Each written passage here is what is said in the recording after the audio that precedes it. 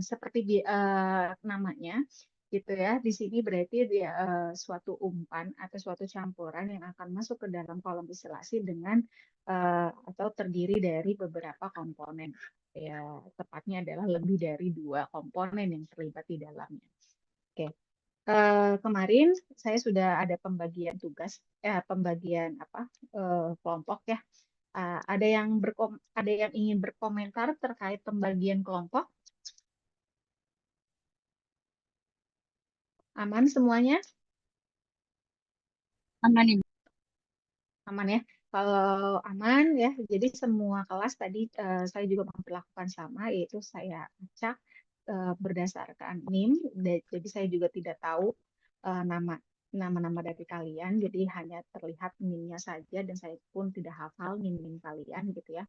Yang pasti satu kelompok itu ada 4 dan ada sebagian yang isinya 3. Kenapa saya memilih satu kelompoknya itu 3, tidak 5 orang, karena untuk 5 orang itu terlalu too much dan terlalu berlebihan gitu ya. Jadi mending dikerjakan dengan 3 orang saja dalam satu kelompoknya seperti itu ya. Untuk yang sisa di bagian terakhir tuh ya, kalau ada yang ganjil seperti itu. Oke, untuk eh, tugas perancangan ini gitu ya, untuk kelompok ini akan terus sampai ke tugas perancangan trikolom dan tugas perancangan tekolom gitu ya. Lalu nanti di setiap pertemuan mohon apalagi setiap pertemuan perancangannya ketika membahas perancangan atau ketika nanti asistensi mohon sudah duduk bersamaan bersebelahan gitu ya, duduk bersebelahan berempat ataupun bertiga gitu ya eh, selama eh, perkuliahan prospek ini nanti. Mungkin kalau kalian mulai eh, saya lihat di minggu depan gitu ya. Nah, untuk soalnya, soal yang akan diberikan itu nanti saya akan diberikan dalam pekan ini. Saya ingin terlebih dahulu apa namanya melihat atau mencoba terlebih dahulu soalnya apakah nanti bisa dikerjakan oleh kalian atau tidak gitu. Kemudian eh, segera mungkin saya akan memberikan eh, soalnya karena biar setiap di kelas nanti itu sudah mulai secara paralel sambil mengerjakan Excel gitu ya, Excel dari eh, penyusunan tugas perancangannya seperti itu ya. Karena semua yang nanti kalian kerjakan ini itu berkaitan dengan teori yang akan dibahas hari ini juga salah satunya. Gitu. Ya, untuk presentasi ya, untuk PPT-nya saya tuh udah kasih belum ya ke GCR. Saya lupa nanti saya cek ya. Kayaknya udah ya. Udah semua. Oh ya, udah semua saya berikan sampai dengan kondensor dan reboiler ya. Di situ di slide ini juga di bagian terakhir itu sudah ada contoh screenshot uh, sheet dari Excel ya, contoh-contoh tugasnya gitu ya, pengerjaannya seperti apa gitu ya. Oke, kita mulai saja distilasi multikomponen gini ya. Jadi seperti yang tadi saya katakan gitu ya, bahwa Ini Ibu, campuran maaf Ibu. ya, ya. Maaf Ibu, suaranya terlalu kecil. Oh, terlalu kecil. Berarti ini sepertinya audionya. Tapi udah, kok audionya. Oke, sebentar. Oke, suara saya sudah terdengar kencang atau masih kecil? Masih kecil kah suara saya? Kalau gini, terdengar atau tidak? Halo? Terdengar Ibu. Oke, sepertinya suaranya ini ini deh dari kamera. Ya. Oke, jadi campuran multi komponen ini gitu ya, tentunya berbeda dengan campuran biner ya. Dari jumlahnya saja sudah berbeda. Mari kita bahas sedikit terkait campuran biner ya. Kemarin campuran biner ini adalah campuran yang terdiri dari dua komponen yaitu A dan B. Dan dalam kondisi kondisi apa namanya? Kondisi operasinya pun gitu hanya memerlukan 4 variabel saja, yaitu tekanan, temperatur, konsentrasi uap dari komponen A dan konsentrasi cair dari komponen A itu sendiri. Dan jika kita berhadapan dengan suatu campuran biner yang akan masuk ke dalam distilasi, maka kita dapat memprediksikannya atau menyelesaikan permasalahannya itu bisa menggunakan bantuan diagram yang kita pelajari di minggu lalu, yaitu PXY, TXY. Ya, dengan mudah kita bisa membuat atau memprediksikan apa yang terjadi di dalam suatu alat pemisahan distilasi ini, gitu ya, divisualkannya dengan diagram. Namun kalau misalnya lebih dari dua, yaitu 3 komponen, bagaimana? Kalau 3 komponen berarti ada 6 variabel yang terlibat. Apa itu? Tekanan, temperatur, terus ada konsentrasi uap komponen A, komponen B, dan ada konsentrasi cair komponen A dan komponen B. Gitu ya. Ada 6 variabel gitu ya yang saling berkaitan satu sama lain. Nah, bagaimana caranya kita memvisualkan ke dalam diagram kurva kesetimbangan? Apakah bisa? Bisa, tapi sulit dan lebih rumit. Seperti halnya yang kalian sudah coba kemarin saat ujian ataupun latihan sebelumnya, 2 komponen saja kalian begitu sulit, ya, begitu bingung untuk bagaimana cara menggambarnya gitu ya. Nah, bayangkan ini 3 komponen atau bahkan lebih. Nah, pasti di dalam diagram kalian pun itu akan sangat sangat crowded gitu ya, sangat tidak bahkan tidak bisa terbaca gitu ya apa yang sudah kalian gambarkan di dalam diagram tersebut karena saking banyaknya variabel yang terlibat di dalam campuran tersebut gitu. Nah, oleh karena itu eh, meskipun campuran ini adalah campuran multikomponen, tetap harus kita selesaikan. Nah, dengan cara yaitu dengan menggunakan suatu bentuk persamaan gitu ya. Dan pastinya dibantu dengan tools yang bernama Excel. Itu yang paling konvensionalnya. Tapi kalau yang paling dan apa namanya?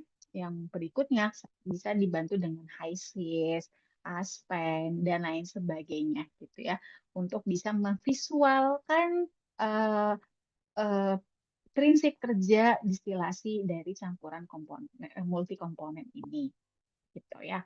Oke, kita mulai dari yang pertama yaitu kesetimbangan. Kalau kita berbicara tentang distilasi, maka tentunya kaitannya dengan kesetimbangan, kesetimbangan uap cair.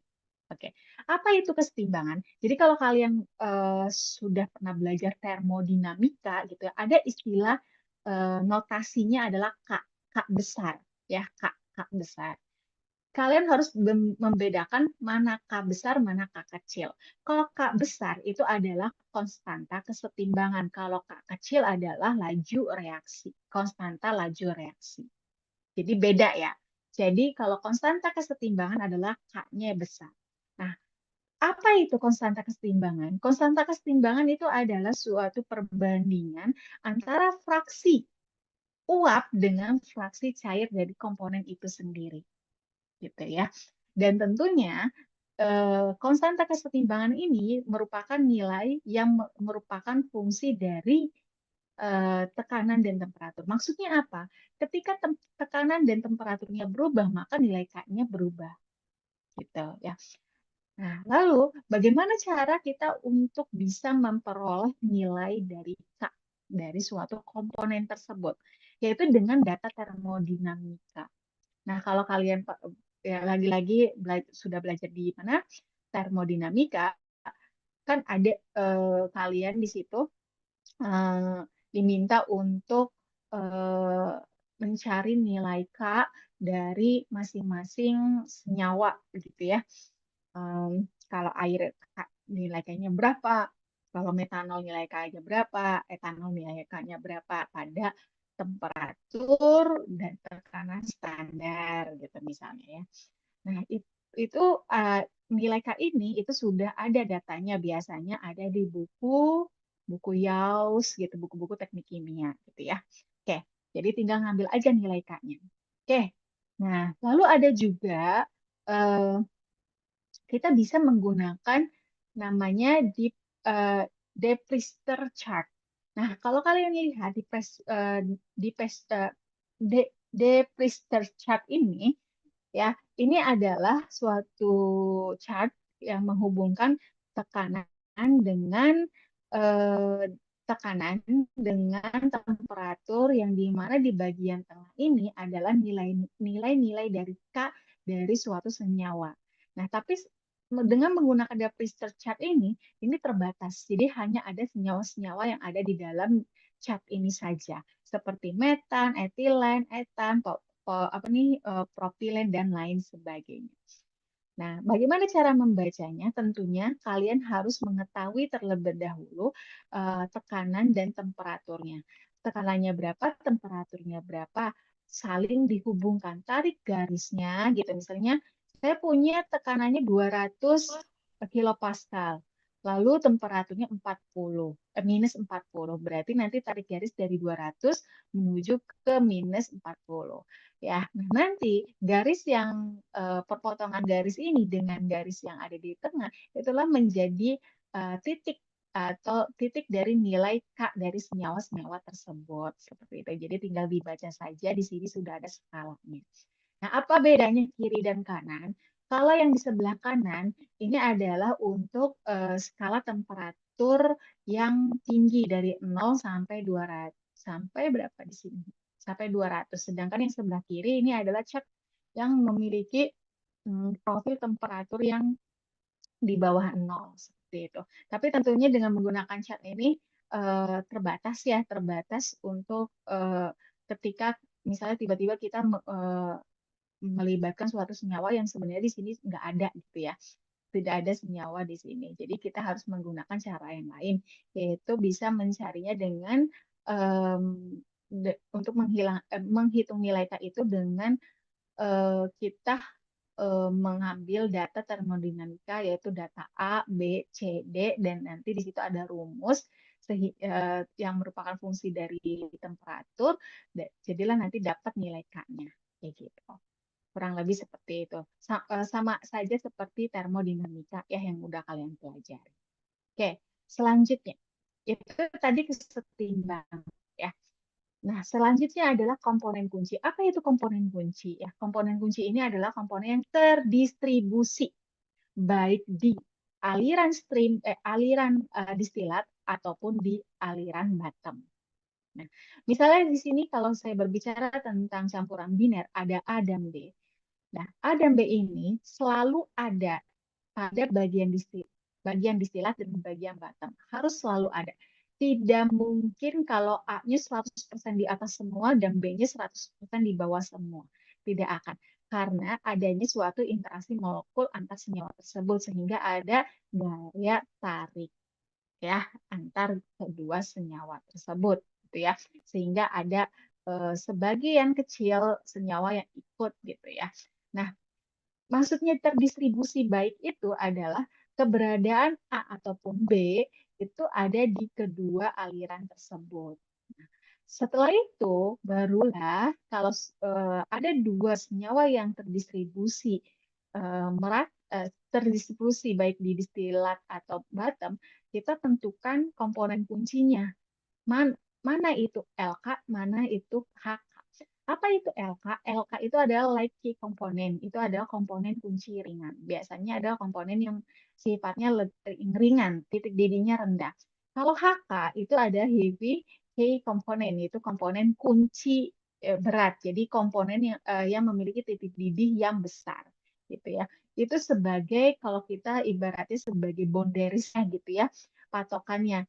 Jadi kita mengset mana yang LK, mana yang HK. Kalau campuran kita adalah biner, ya pasti peran A sama B ya, kalau nggak LK ya HK gitu. Nah, tapi beda hal dengan kalau misalnya kita memiliki suatu komponen yang lebih dari dua. Misal, ini adalah campuran Turner. Campuran Turner itu tiga komponen, ya. Ada A, B, C. Nah, ketika kita memiliki campuran Turner yang akan masuk ke dalam distilasi ini, maka akan ada dua kemungkinan yang akan terjadi. Yang pertama adalah A dan B berada di distilat, A, B, C, sebagian A, B, C itu ada di bagian bottom. Dan ada juga kemungkinan A, B, C yang di distilat dan yang B-nya, yang di bottomnya ada B sama C. Ingat, untuk menentukan komponen kunci adalah pertama, komponen tersebut terdistribusi di distilat ataupun di bottom. Oke, kita lihat yang kemungkinan pertama ini. Nah, di antara A, B, sama C, mana yang terdistribusi distilat sama bottom? A dan B. Ya, A dan B-nya saja. Ya, jadi A dan B ada di distilat, A dan B juga ada di bottom. Kalau C, nah, C kenapa tidak dipakai sebagai komponen kunci? Karena dia tidak terdistribusi ke semua aliran, tidak. Dia hanya di bottom saja.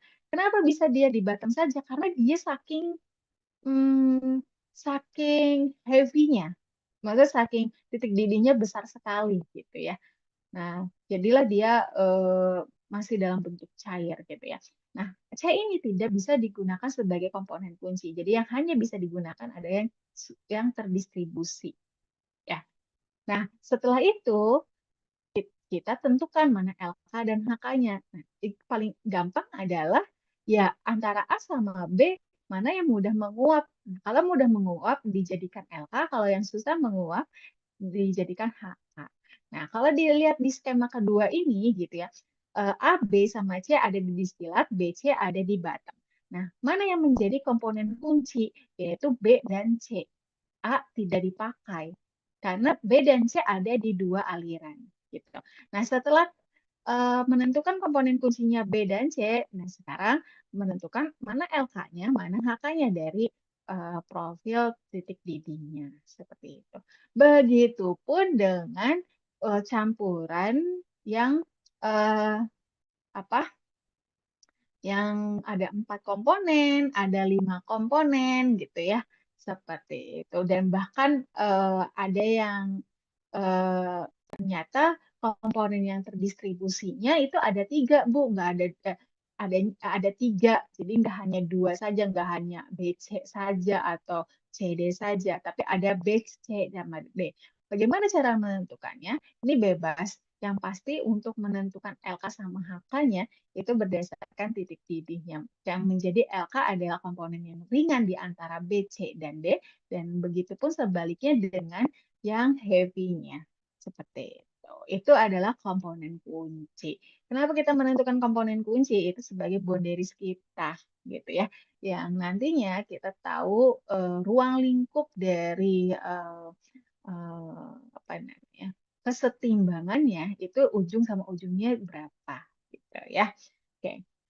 Nah, ini ada contoh ya, contoh membuat neraca massa gitu ya, neraca massa dari eh, apa namanya dari distilatnya. Nah, dari neraca massa ini kita bisa lihat ya, kita bisa lihat mana komponen kuncinya. Sekarang saya mau eh, tahu dari kalian ya, dan di sini juga sudah dibantu dengan adanya tabel ya. Nah, sekarang saya ingin tahu mana saja komponen kunci dari contoh ini. Tadi ingat, komponen kunci adalah yang terdistribusi di distilat dan di bottom. Silakan, tolong sebut saja namanya. Halo,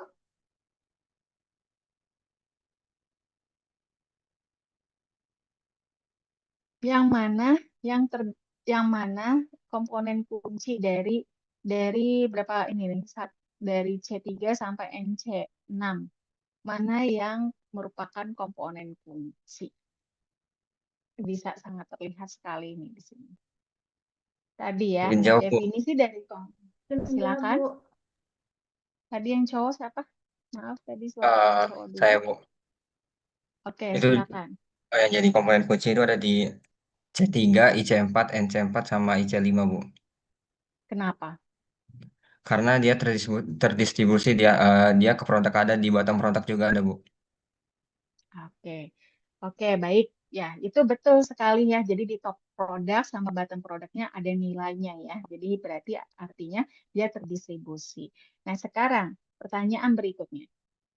Di antara C3 sampai sampai dengan IC5, menurut kalian LK sama HK-nya kalian mau memilih yang mana?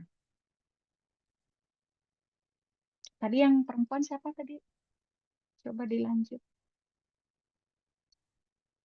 Tadi yang bersuara.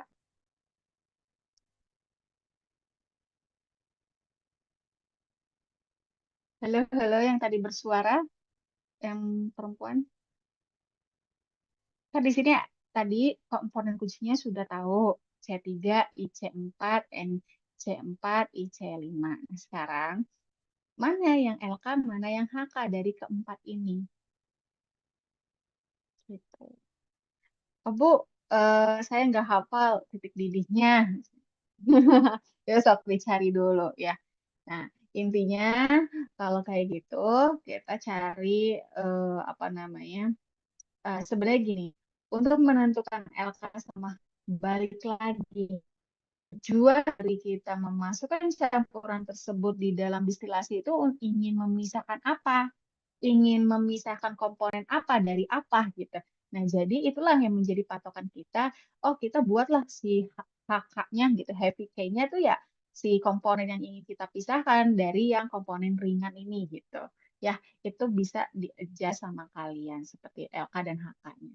Dan tentunya penentuan LK sama HK ini akan menghasilkan hasil yang berbeda kalau misalnya penentuan LK sama HK-nya berbeda juga di awal gitu karena kan tujuannya memang berbeda gitu ya.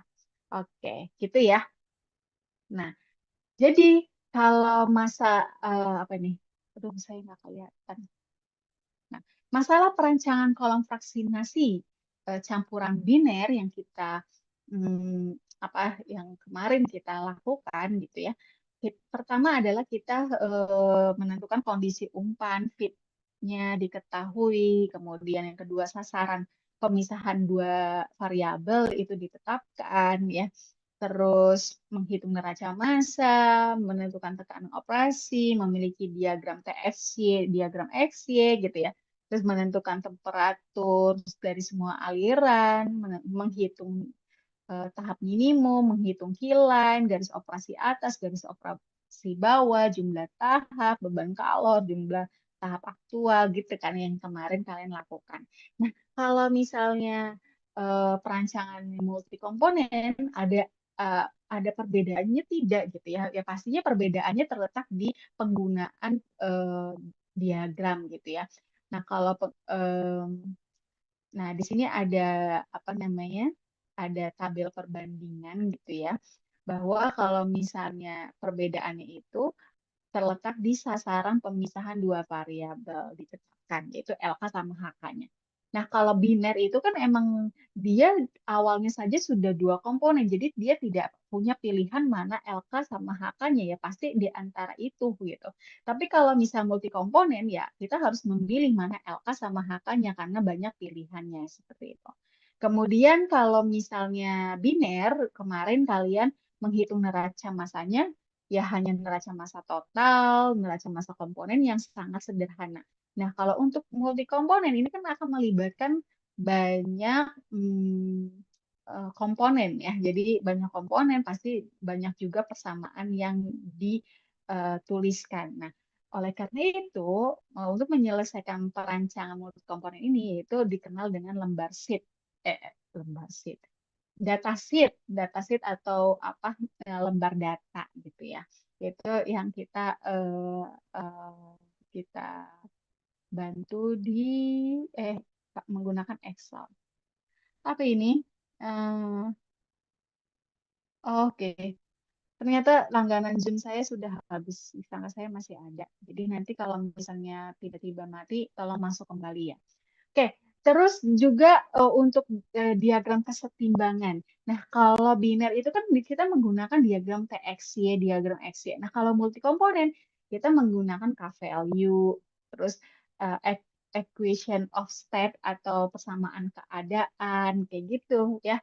Seperti yang kalian pelajari di termodinamika teknik kimia gitu. IOS-nya kan banyak sekali ya. Ada kok Rungu-Kutta sih? Maaf, salah. Ada Peng Robinson, ada Wallace, ada Van der Waals, terus ada apa lagi? Banyak lah ya, gitu ya. Oke. Nah, lanjut nih ya. Nah, sekarang kita fokuslah ke multi komponen. Jadi dalam kan gini, seperti yang saya katakan di pertemuan minggu-minggu lalu, untuk merancang suatu distilasi ada 2 tahap, yaitu perancangan proses dan perancangan alat. Oke. Nah, yang akan dibahas hari ini adalah perancangan prosesnya. Ya, perancangan proses untuk multi komponen. Bagaimana caranya? Yaitu dengan ada mohon maaf, ini ada 2 metode. Ya, ada 2 metode. Yang pertama adalah metode shortcut atau metode pintas atau nama lainnya adalah metode FUG. Nah, apa itu FUG nanti dijelaskan di slide berikutnya. Terus yang kedua adalah metode eksak atau rigorous method. Nah, apa bedanya? Nah, jadi 2 metode ini itu sama-sama memperkirakan jumlah tahap ideal, jumlah tahap kesetimbangan, sama-sama ujungnya untuk mengetahui jumlah tahap. Tapi yang lebih detail lagi adalah metode eksak. Eksak itu setelah mendapatkan jumlah tahapnya, dia bisa memperlihatkan profil temperatur di setiap tahapnya.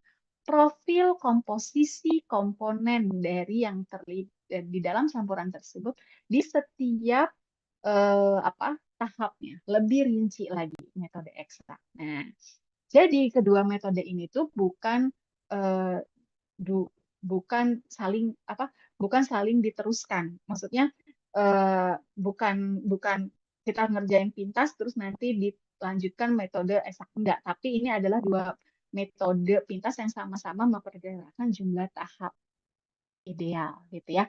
Nah, tapi kalau mau lebih rinci lagi metode eksak. Nah, biasanya dikarenakan metode eksak ini memperlihatkan suatu profil komposisi dan temperatur yang lebih rinci di setiap tahapnya, sehingga kita bisa memperlihatkan bagaimana fenomena kesetimbangan di setiap tahapnya, maka nantinya hipotesisnya ya, gitu ya, ibarat saya berkesimpulan gitu ya. Maka biasanya di dalam menentukan jumlah tahap dengan menggunakan metode eksak itu akan menghasilkan jumlah tahap yang lebih banyak dibandingkan dengan metode pintas.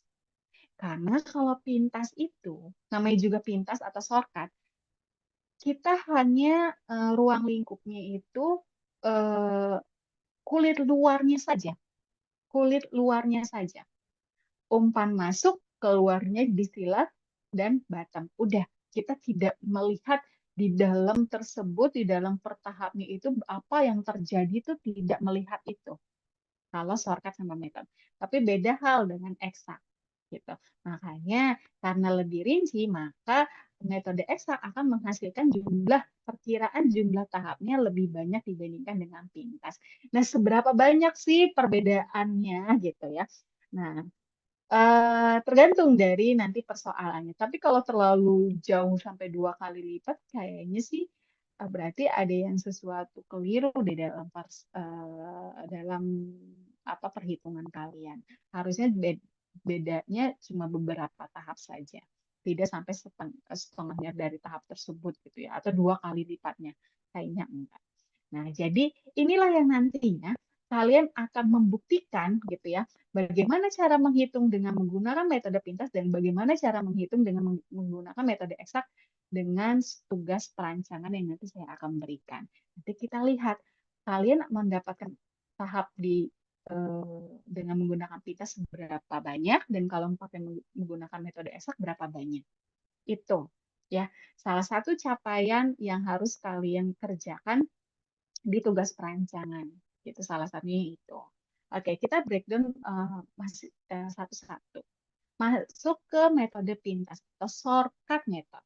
Tadi saya berucap bahwa shortcut method ini disebut juga dengan metode FUG. FUG itu apa? FUG itu adalah kepanjangan dari Fenske, Underwood, dan Gillian. Nah, Fenske, Underwood, dan Gillian ini adalah metode-metode yang saling berkaitan ya dan berurutan. Pertama adalah Fenske. Fenske itu adalah untuk menentukan jumlah tahap minimum NM ya. Jumlah tahap minimum yang dimana jumlah tahap minimum ini mengatakan bahwa ketika refluksnya reflux total ya, total reflux gitu ya. Yang dimana I-nya sama dengan 0. Kalau I-nya sama dengan 0, nah kalau kalian ingat di saat di campuran biner ya, kalau I-nya sama dengan 0 berarti refluksnya itu sangatlah besar. Kalau reflux sangatlah besar berarti itu ya total reflux gitu. Semuanya dibalikan ke dalam distilasi. Nah, sehingga menghasilkan tahap yang minimum. Dan juga metode Fenske ini akan bisa mengkoreksi komposisi kalian. Jadi yang di awalnya kalian mengasumsi, maka ketika di metode Fenske akan terkoreksi komposisinya. Lalu Underwood. Underwood itu yang akan kalian hasilkan adalah perbandingan reflux minimum atau RM gitu. Lalu kalau Gillian, Gillian itu adalah untuk menentukan jumlah tahapnya gitu ya dengan menggunakan data-data yang dihasilkan oleh Fenske dan juga Underwood. Tahap kesetimbangan, tahap teoritis gitu ya. N-nya saja. Nah, Bu, bagaimana cara kita mengetahui jumlah tahap bagian atas atau apa namanya enriching sama jumlah tahap bagian bawah stripping gitu ya? Kita bisa menggunakan metode tambahan yaitu Kirkbride. Nah, Kirkbride ini adalah tahap teoritis bagian atas dan bagian bawah. Kita bisa tahu. Misal, kita ketika menghitung Gillian, tahap teoritisnya 10 totalnya. Nah, tapi kita belum tahu nih, 10 itu yang atas berapa, yang bawah berapa. Nah, kita bisa menggunakan metode Kirkbride untuk tahu bagian atasnya berapa dan bagian bawah berapa. Misalnya, hanya membutuhkan jumlah tahap dua tahap untuk di bagian atas atau bagian enriching. Sisanya berarti 8-nya sebagai tahap stripping gitu. Nah, itu. Oke. Nah, lalu di dalam metode pintas ini juga kalian diminta untuk menghitung volatilitas relatif. Nah, volatilitas relatif itu apa sih? Jadi, volatilitas relatif itu adalah perbandingan konstanta kesetimbangan dari komponen tersebut terhadap konstanta kesetimbangan komponen yang sudah kita jadikan sebagai HK atau heavy K-nya. Nah, jadi kalau nilai alfa volatilitas relatif itu kan alfa ya, alfa dari komponen tertentu. Kalau nilai alfanya sama dengan 1, ya, artinya K, K komponen tersebut dibagi dengan K komponen HK-nya, itu kan memiliki nilai yang sama. Nah, logikanya, kalau alfanya nilainya 1, mudah untuk dipisahkan atau semakin mudah untuk dipisahkan atau semakin sulit untuk dipisahkan ketika alfanya mendekati nilai 1 menurut kalian?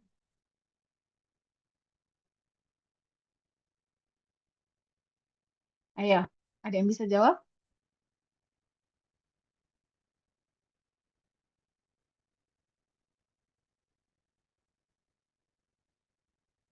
Ayo, ayo. Menurut kalian, alfa yang memiliki nilai yang mendekati 1, gitu ya, akan lebih mudah untuk dipisahkan komponen